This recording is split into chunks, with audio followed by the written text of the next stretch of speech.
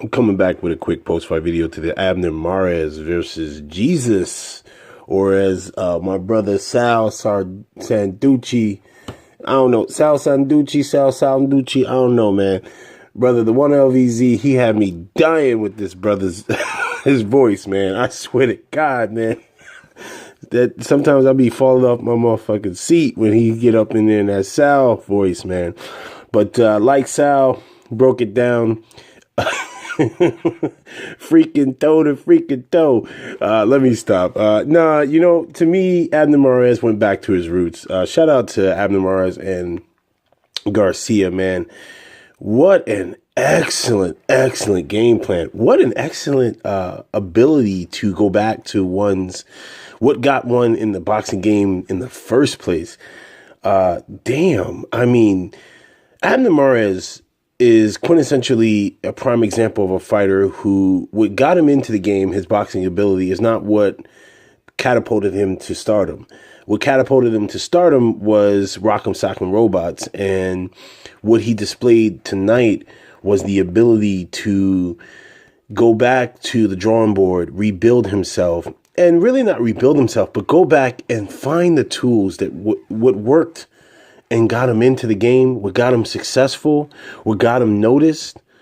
I mean, I think this is also indicative to Garcia, man. Listen, I know that Garcia has had some issues with fighters. You got guys who can't make weight. Then you got guys who he can't control what they eat. And then my man Marcos Maidana, man, But you got to give him his props, man. The guy knows how to take a fighter, go back to the basics, and teach him the fundamentals that he's going to need to be successful. Because if anything, Abner Mares, let this be an example to these young fighters. One style of fighting is not going to help you have longevity in this game. One style of fighting is not going to help you maintain your championship. You're going to have to come against that guy or that opponent who's going to be able to give you everything you give him, but have just a little more.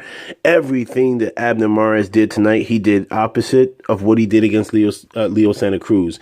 I'm be very interested to see what happens between Leo Santa Cruz and Carl Frampton the second time around.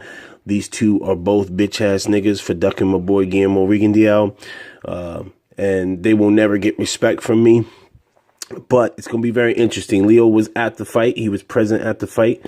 I'm pretty sure he was there not just for entertainment reasons.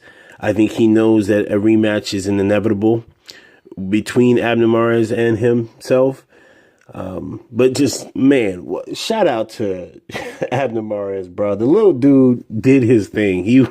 And after the fight, I love the fact he was on his knees. He was, screaming up at the sky. The guy knew that you could tell that the loss to Leo Santa Cruz really affected him, but it affected him in a positive way. You can tell that this is one of those types of losses, those L's, where a guy can take an L and he didn't get too down on himself to the point where he was never going to be the same. He said, fuck it. I need to, what inside of me needs to change. And he did everything beautiful, in and out counters.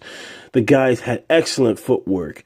The half step counters. I mean, goddamn, the circling. You tell me, go back and watch the last 5 fights of Abner Mares, and you go back and you watch this fight. You tell me if it wasn't a completely different fighter. The hook, the uppercut.